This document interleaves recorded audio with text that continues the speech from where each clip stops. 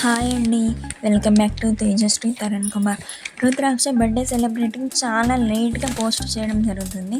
Because so many reasons post చేయడానికి time కుదరలేదు.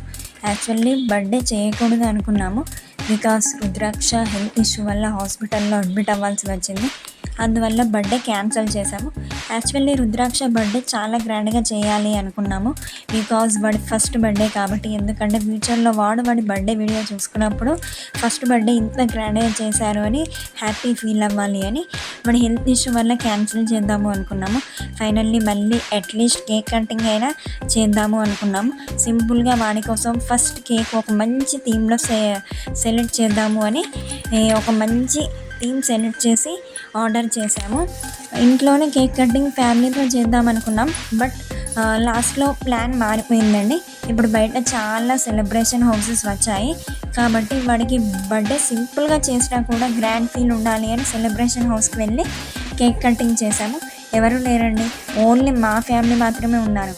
Even మా అమ్మ వాళ్ళ ఫ్యామిలీని కూడా పిలవలేదు. బర్త్డే చేద్దామనే ప్లాన్ క్యాన్సిల్ చేశాము కాబట్టి. వాడి బర్త్డే రోజు కూడా చాలా డల్గా ఉన్నాడు, యాక్టివ్గా లేడు. లాస్ట్లో బెలూన్స్ని ఇస్తూ ఆడిస్తూ ఉంటే కొంచెం యాక్టివ్ అయ్యాడు.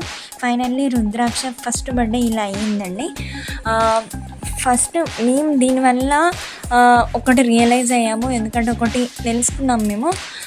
ఎవ్వరు కూడా ఎప్పుడు కూడా మీరేమైనా పిల్లలకి ఏదైనా ప్లాన్ చేయాలి అనుకుంటే ముందుగా మాత్రం ఎప్పుడు ప్లాన్ చేయకండి. ఎందుకంటే ఇలా జరుగుతుంది అని చెప్పేసి మేము ఒకటి ఎక్స్పీరియన్స్ చేసాము. ముందుగా ప్లాన్ చేస్తే ఏదైనా ఉంటే సడన్గా ప్లాన్ చేసి సడన్గా సెలబ్రేట్ చేయడమే తప్ప ముందుగా ప్లాన్ చేయకూడదు అని చెప్పేసి మేమైతే మెంటల్గా ఫిక్స్ అయిపోయామండి.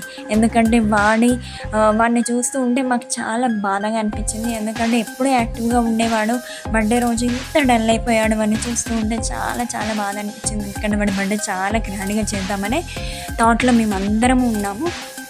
బట్ ఫైనల్లీ బర్త్డే మాత్రం ఇలా అయిపోయిందండి.